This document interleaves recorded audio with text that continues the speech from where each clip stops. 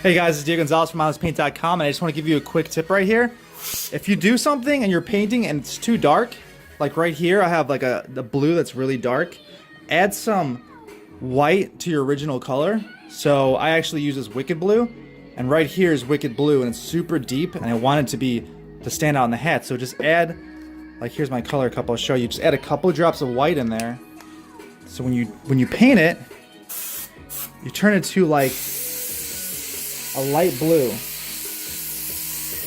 and you're actually making an opaque white blue. So see that there? That really stands out from here to here. Check how that works.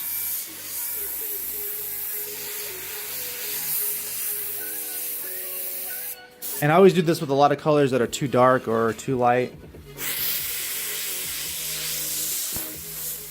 But if you add a white to a transparent color, you can make it opaque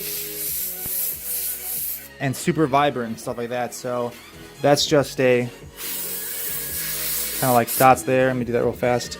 But that's just a quick tip to show you like how you can do that and don't have to switch colors and all that stuff. You can move faster and also make a brighter, nicer hat, design, painting, whatever you're working on with clothing.